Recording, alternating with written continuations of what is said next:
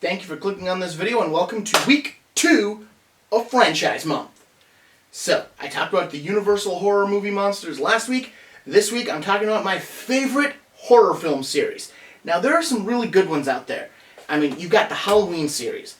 It's a great series. I might cover it later, but it's not my favorite. You of course have the classic Scream series. Kind of the more modern, kind of 90s horror film. Also, great series. Might have to talk about this one later. Not this month, but maybe a later month. Then, of course, you have the Saw franchise. This is a good one, but also not the one I'm covering today. Today I'm talking about... Well, let's take a little trip, however, to Camp Crystal Lake. Friday the 13th. 12 movies spanning decades of horror, and I have it conveniently in a little tin. So, we're talking Friday the 13th this week. But what I want to do is, because all these horror franchises have one burning question. Is it a bad franchise, an average franchise, or a good franchise? Now, you can like a couple of movies in a series and really like the whole thing. You can absolutely hate a couple of movies and still like the whole thing. So I'm going to answer that question today. Is Friday the 13th good, average, or bad? Simply by taking the movies, putting them on this graph. We're going to go over each of the 12 movies, and I'm going to put them in one of these columns. And at the end, we're going to find out where most of them lie. Is it a good series with a couple average and a couple bad movies? Is it an average series with some good movies and some bad movies? Or is it a bad series with some average movies and some really good movies? There's a reason Friday the 13th has 12 installments. It was the first one to get there. Halloween's getting there now. So, let's take a look. So, of course, we got to travel to Crystal Lake to start with Friday the 13th. The original, the first part, the one that started it all. So, where do we begin here? You have a couple of counselors heading to a summer camp that's being reopened. After it had been closed, after a kid drowned, there was a fire, there was some poisoning in the water, and all of a sudden the counselors start getting picked off one by one until there's only one counselor left. She is the final girl, and she runs away from our killer, who is, spoiler alert, not Jason Voorhees, it is Pamela Voorhees, Jason's mom. This is the first one. This is the original. It's not the original slasher film. That is actually either Halloween or Texas Chainsaw Massacre, depending on who you ask. But this movie took what those movies did well. Halloween did the suspense and the horror part of it well, and Texas Chainsaw Massacre did the killing part of it well. This one kind of took both of those parts and made them work together, which is what I think makes Friday the 13th stand out among all of these typical horror movies. It took these parts, put them together, and turned out something that people wanted to watch. So now the question becomes, is it good, is it average, or is it bad? Well, very simply, Friday the 13th is good. The only way it got sequels is if it's good. If it was a bad movie, it wouldn't have gotten 11 sequels. So Friday the 13th is a point in the good column, which, I mean, it's a good start for this series. Next, Friday the 13th, Part 2. The body count continues. So, a little while has passed since the original massacre of Pamela Voorhees. We're no longer at Camp Crystal Lake. We're now at a nearby camp on the same lake. And Jason's here. That's right. Jason Voorhees shows up in this one. Ices the person who killed his mom from the first movie. So our final girl from the first movie, pop, is dead within the first couple of minutes of this film. And then we continue on. It's the same dynamic as the first one. Except now you get Jason doing the killing instead of Pamela, and you're fully aware of who the killer is. The secrecy of who might it be isn't there. You're just well aware. It's Jason. So I don't think it takes away from the movie. I think it's actually still a very interesting movie. It's still a very well done movie, and it's still a movie done with care. So the question becomes, where do we rank it? Well, with a great severed head of Pamela Voorhees, it's a good movie. And if you really do want to see the severed head of Pamela Voorhees, that is the movie to watch. Friday the 13th, Part 2 has that. It is. It is a good movie. It's definitely one of those when you sit down to watch the series, you're still really hyped that you're watching this series. You haven't hit that low yet. The track hasn't started to go down yet. You're still generally happy with what you're doing. So let's talk about Part 3. Friday the 13th Part 3. New dimension in terror because this one was in 3D. My set actually has a 3D version of the movie with 3D glasses. It sucks. It's awful to watch. Don't buy it to watch it in 3D. Just watch the 2D version. It's fine. Unlike the first two Friday the 13th movies where you had people who you knew weren't going to make it, they were going to die, they still had decent character development. That is one of the reasons I personally tend to like some horror movies, is because they actually have limited character development, but there's still character development there. You still get to learn about these people. This one has cannon fodder, which are people you really don't care about, you don't learn anything about them, and they just are kind of there for Jason to slaughter. Now, it's not the entire cast. You have a couple early off kills who are just there. They run a grocery store, and then they die. They're in an unhappy marriage. Not a lot you need to know about them. Moving forward, you get into your core group of kids. There's 8 of them. 6 of them actually get some character development. And then there are 2 who are just kind of Cheech and female Cheech. And, yeah, they just kind of die. They don't do a lot. They don't say a lot. They don't add anything to the story. They just die. And they die, like, towards the end.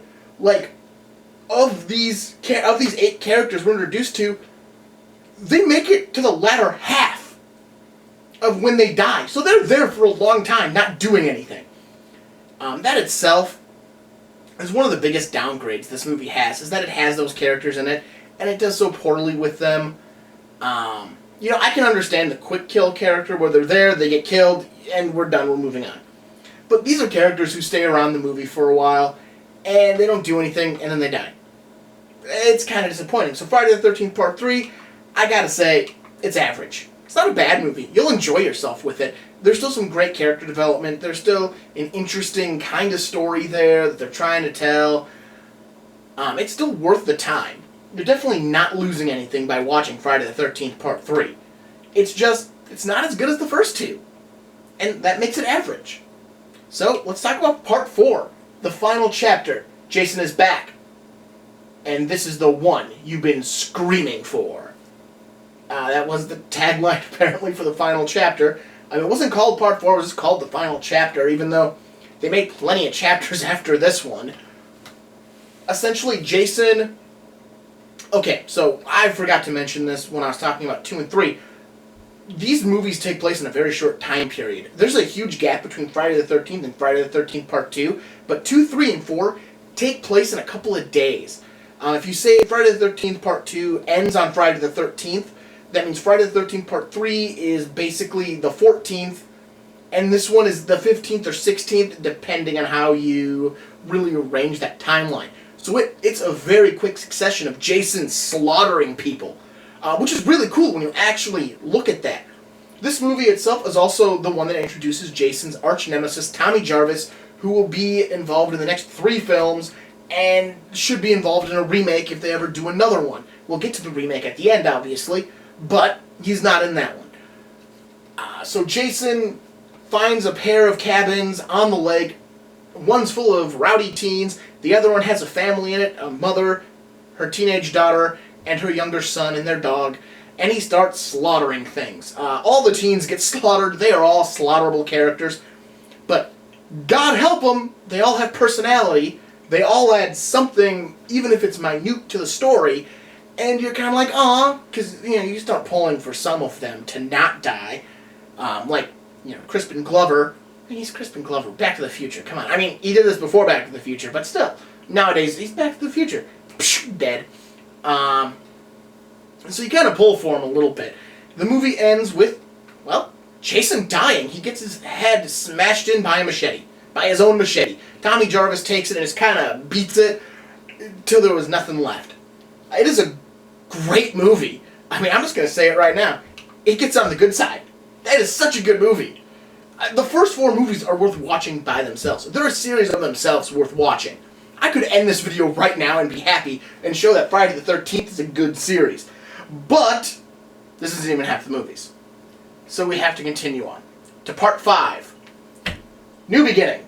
I don't know what the tagline for this movie was, as the poster I found doesn't have it. First, I just want to point out this poster real quick. I'm going to have to move some of this stuff to ensure everyone can appreciate what I'm looking at here, and that this hockey mask looks nothing like Jason's hockey mask, and that is important. Anyone who saw this movie should have looked at this and went, there's something afoot. So Jason got his hockey mask back in part 3. It's one of the highlights of that movie. Like I said, it's not a bad movie. It's an average movie. But one of the highlights is he gets his hockey mask. And it's, that legendary mask. When you think of Jason Voorhees, you think of this is actually more of his Jason Goes to Hell mask is what's on my tin. But this mask looks nothing like it. Nothing like it. So, Friday the 13th Part 5 takes place many years after the events of Part 4. Tommy Jarvis is now a teenager. He is psychologically traumatized from dealing with Jason Voorhees, and he is going to a kind of teen, woodsy psychiatric hospital. When all of a sudden someone dressed up like Jason starts murdering people. And I just spoiled the movie for you because I said someone dressed up like Jason. It's not Jason. It's a copycat killer. I'm just going to cut to the rub here. It's a copycat killer. Like I said, the poster kind of should have threw up red flags for people when they went to see it. It's not actually Jason. Jason's not in this movie. He's in some thoughts of Tommy Jarvis and some dreams he has, but Jason physically doesn't kill anyone in this movie. It's another guy named Roy Burns. He's killing people for a really stupid reason. I mean, it's not so much a stupid reason as it's a convoluted reason. He's a paramedic who has a son. His son, apparently, he never told his son that he's his father, and his son goes to the youth program thing that Tommy's being sent to, and his son gets slaughtered by another camper with an axe. And that makes him turn into Jason Voorhees and start slaughtering people. It's, like I said, it's kind of convoluted. In the grand scheme of things, I mean, I gotta say it's a bad movie. You can watch it, and you'll enjoy it, just for the slaughter and everything else these movies offer. You'll enjoy it for that. But if I'm realistically saying, it's a bad movie. It didn't kill the franchise, but it started its downward trend, and that's kind of sad, because I do like this franchise. It is a great horror movie franchise. But it's bad. It's a bad movie. We have our first point in the bad column. So then we come to Jason Lives, Friday the 13th, Part 6. Kill or Be Killed. This one's weird as... Okay, so Friday the 13th is known for gore and nudity. Gore and nudity. They have gore in them, and they have nudity in them. Except this one, it has no nudity. It has gore, no nudity. Take that for what it is. But anyways, Jason Lives, Tommy Jarvis, now played by a different actor. Because why not? We've had Corey Feldman, a guy I don't actually know his name, in Part 5, and now we get Throm Matthews, who's in Return of the Living Dead. So, this guy has got a few decent credentials under his belt for being an actor. Tommy Jarvis escapes from apparently he's still at the psychiatric hospital camp Woodley thing. He escapes it, goes to where Jason was buried, because apparently Jason Voorhees was buried, digs him up, goes to make sure he's dead, and Jason gets struck by lightning, turning into a zombie. Basically he's a zombie by every means except he eats human flesh. There's another horror series I should have pulled out to show you at the beginning, Night of the Living Dead. Another great franchise.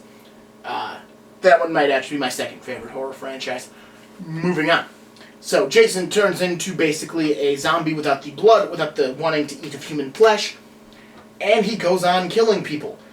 He's returning to Camp Crystal Lake. That is his end goal. He's just kind of murdering things as he travels, which is fine. That means there's a lot of cannon fodder in this movie. There's a lot of characters who show up, have a scene, maybe two, and then are dispatched, and we move on with our lives. Simply because that's how they made this movie. It has a very high kill count for the Friday the 13th series.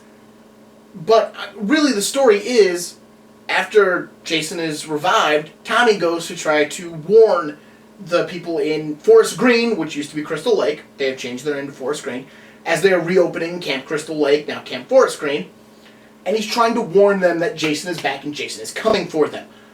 They don't listen. Obviously, they throw him in jail. They think he's crazy. And in the end, Tommy again defeats Jason. Now again, this is actually Jason, not fake Jason. He defeats real Jason one more time by chaining him to a rock and throwing him to the bottom of Camp Crystal Lake. So all is happy.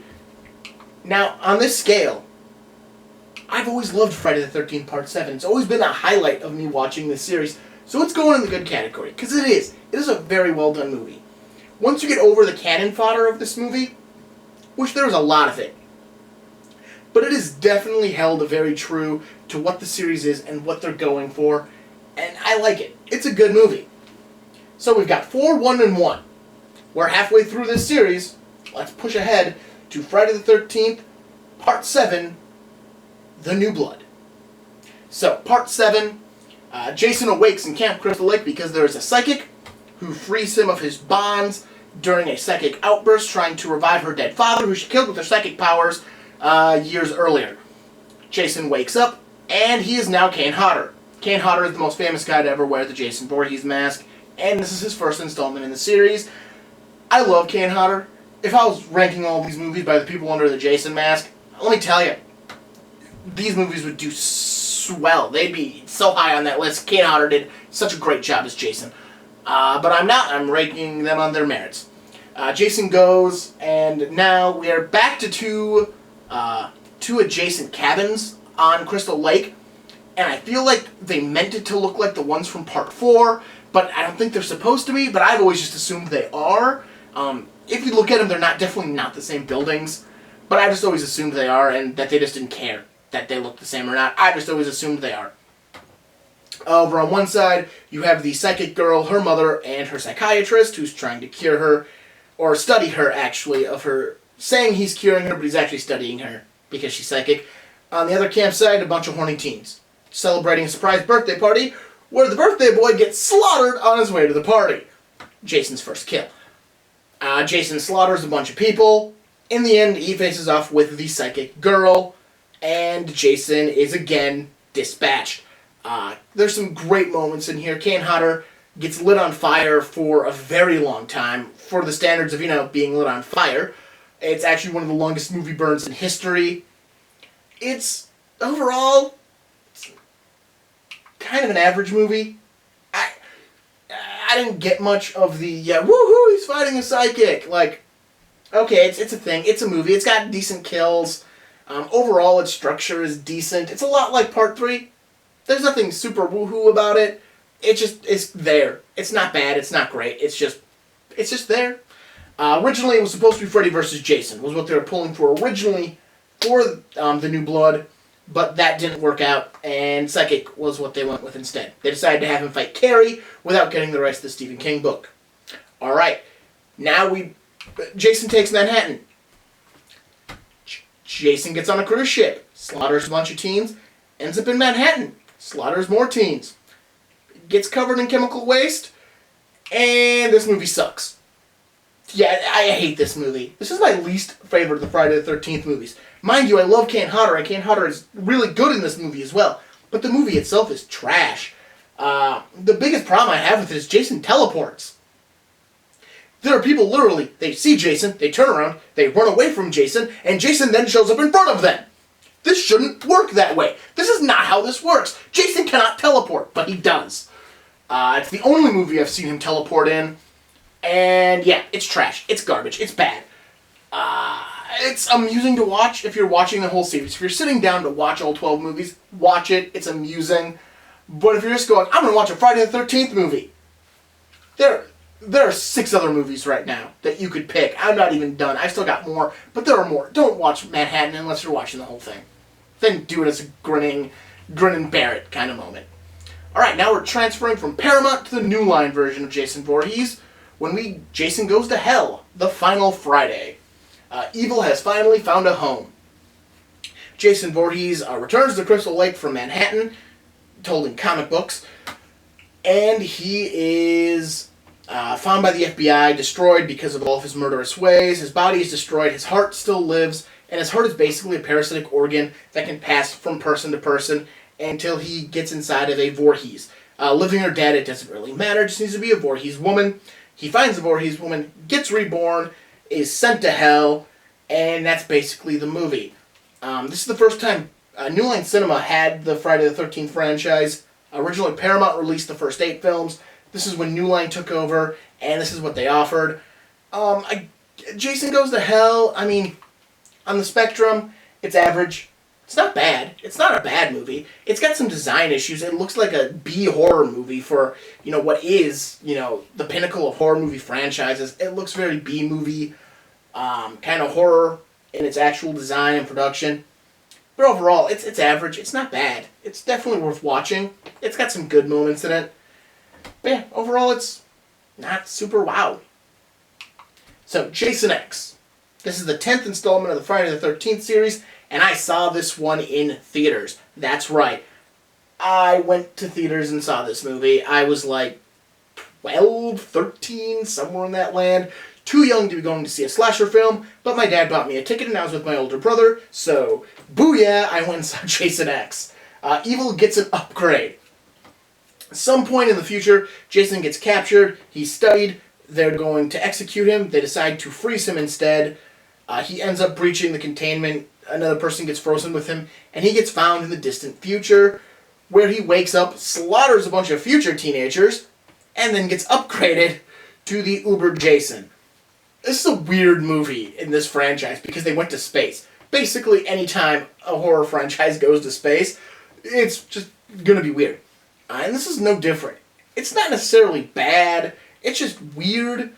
And again, when I put it on my table, I had to put it in average. It's not a super great movie, but it's not bad either. It's definitely worth watching. It's a fun movie, and definitely check it out. If you're watching the series, watch it. So right now we're standing at 4, 4, and 2, and we got 2 movies left. So either we're definitely going to win and have a winner, or we're going to end up with a 4-way tie, showing that this series is weird and just exists. So we got 2 movies left. The next one is Freddy vs. Jason. This is what was supposed to be done 3 movies before it, but they couldn't get the rights worked out, and now New Line owned them both, so they finally did Freddy vs. Jason. We no longer have Kane Hodder. Kane Hodder exited the role of Jason Voorhees after Jason X. He was not asked to do this movie. So now we have a new guy playing Jason Voorhees versus Robert Englund as Freddy Krueger. It's a versus movie. It really focuses on Freddy, mainly because Freddy can talk, Freddy has more character. I get all of that. You still get the slasher goodness of Jason Voorhees, which kind of pulls away. Nightmare on Elm Street, it's not a bad series in my eyes. It's just not as good as I'd want it to be. And I've watched it a couple of times, and every time I go, it's just not as good. It's not bad. There are a bunch of average movies. I don't think any of them really stand out and make me go, woohoo, this is great. There's a bunch of average movies with some bad movies thrown in there. If I did them, that's what it would look like. It'd be really heavy on the average side. A couple of bad ones, maybe 1 or 2 really good ones. But yeah, Freddy just never was that big for me. But I feel like this one, Jason really levels him out. It is about their fight, and you have the other characters involved who are just kind of there to die or push along the story of the fight or the overall story of the film because it needs a plot. But really, it's about these 2 things clashing and Jason and Freddy going at it and having a drag-out brawl. On the scale, it's a good movie. It is. They did a really good job with this movie. It was worth the wait. It isn't exactly what fans wanted, but I think they did a good job with it nonetheless. So, right now we know it's a good series. It's a good series of movies with some average films, a couple of bad films. But we know overall it's a good series with 5 entries in the good category. But there's still 1 movie left.